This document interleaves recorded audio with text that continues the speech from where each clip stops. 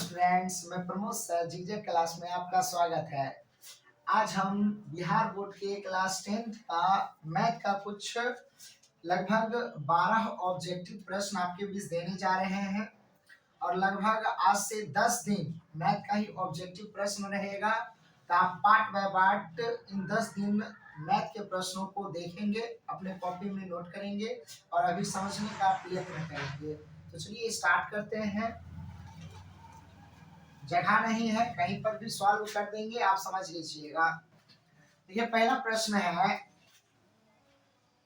किसी घटना ई के लिए निम्न में से कौन सही है। तो पहला प्रश्न है किसी घटना ई के लिए, और ये प्रायिकता से संबंधित है। तो समझेंगे, जो प्रायिकता का मान होगा, जो प्रायिकता का मान होगा वह 0 से बड़ा या उसके बराबर और 1 से छोटा या उसके बराबर होगा। ये पहला प्रश्न है। तब देखिए इसके अनुसार आंसर मिलाते हैं। तो प्रायिकता का मान कभी भी 1 से बड़ा नहीं होगा। प्रायिकता का मान कभी भी 0 से छोटा नहीं होगा। प्रायिकता का मान कभी भी नेगेटिव नहीं होगा। प्रायिकता का मान 1 के बराबर हो सकता है। तो ये सही है। अगला प्रश्न है, निम्न में से कौन अपरिमेय नहीं है।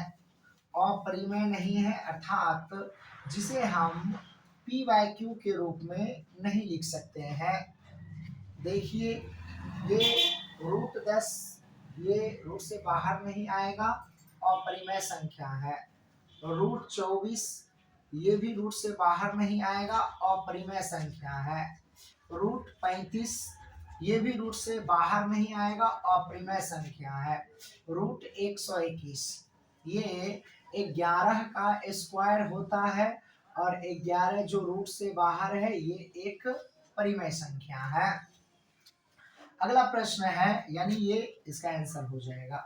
अगला प्रश्न है, बिंदु 2 3 -√2 किस पाद में स्थित है।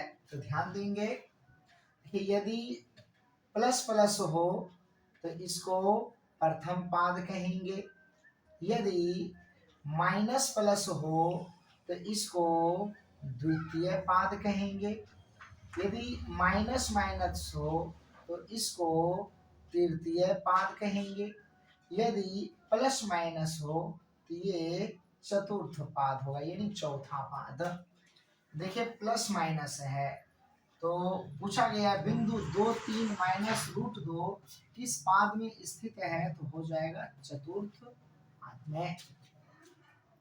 अगला प्रश्न है, सबसे छोटी अभाज्य संख्या। तो ध्यान रखेंगे, आप जानते हैं सबसे छोटी अभाज्य संख्या 2 और सबसे छोटी भाज्य संख्या, सबसे छोटी भाज्य संख्या 4 का गुणनफल। तब इसको गुणा कर दीजिए, तो सबसे छोटी अभाज्य और सबसे छोटी भाज्य संख्या का गुणनफल 8 होगा। अब एक प्रश्न है, cos 90 - a। तो cos 90 - a होता है sin a। अगला प्रश्न समझते हैं। देखा, एक जीवा जो वृत्त को 2 भिन्न बिंदुओं पर प्रतिच्छेद करती है। तो एक जीवा जो वृत्त को 2 भिन्न बिंदुओं पर प्रतिच्छेद करती है। देखिए ये एक वृत्त है और 2 भिन्न बिंदुओं पर प्रतिच्छेद करती है। मान लीजिए एक बिंदु यहाँ पर है और एक बिंदु यहाँ पर है और ये दोनों एक दूसरे को आपस में प्रतिच्छेद कर रहा है। तो एक जीवा जो वृत्त को 2 बिंदुओं पर प्रतिच्छेद करती है उसे वृत्त का क्या कहते हैं। तो उसे वृत्त का प्रतिच्छेदी कहेंगे। अगर प्रतिच्छेदी नहीं कहने का इच्छा हो तो आप छेदक रेखा भी कह सकते हैं। तो एक जीवा जो वृत्त को 2 भिन्न बिंदुओं पर प्रतिच्छेद करती है वह यानी छेदक रेखा कहलाएगी। इसका आंसर हो जाएगा इनमें से कोई नहीं।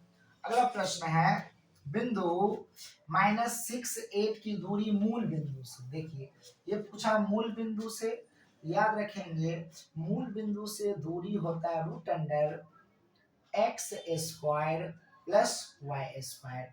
तो देखिए वहां पर x के स्थान पर -6 और y के स्थान पर 8, तो -6 का स्क्वायर 36 और 8 का स्क्वायर 64।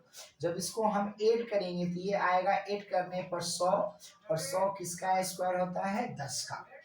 तो बिंदु -6 8 की दूरी मूल बिंदु से है, इसका आंसर हो जाएगा 10 इकाई। अगला प्रश्न है 24 15 22 13 9 10 तथा 30 का परिसर होगा। तो परिसर का मतलब हुआ महत्तम में से निम्नतम को घटा देंगे। जब बात परिसर का आए तो महत्तम में से निम्नतम को घटाइए, तो अधिकतम है इसमें 30 और न्यूनतम कितना है, तो न्यूनतम है 9।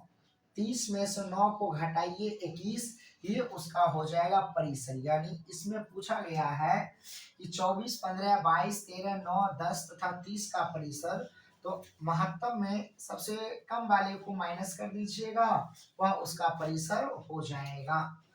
चलिए अगला प्रश्न की ओर देखते हैं। देखा है sine square theta plus cos square theta, याद रखेंगे sine square theta plus cos square theta का मान 1 होता है।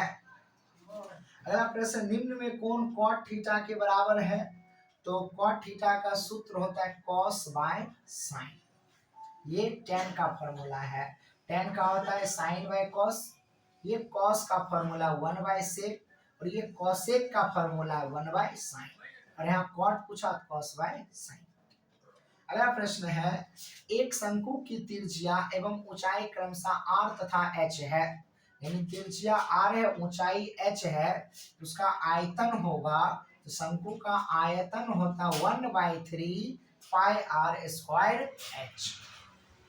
अगला प्रश्न है, दो चर में एक घाती समीकरण के ग्राफ यदि प्रतिच्छेदी है तो हल होंगे। देखिए दो चर में एक घाती, मान लीजिए एक घाती का समीकरण ऐसा, फिर एक घाती का समीकरण ऐसा का यदि प्रतिच्छेदी रेखा हो तो हल होंगे। तो देखिए कितने हल होंगे, तो प्रतिच्छेद इस केवल एक पॉइंट पर हो रहा है, इसका आंसर हो जाएगा सिर्फ एक। तो इतना ही प्रश्न लगभग रहने देते हैं, आप लोग अपने कॉपी में नोट कर थोड़ा प्रैक्टिस कर लेंगे। आज के लिए इतना ही, धन्यवाद।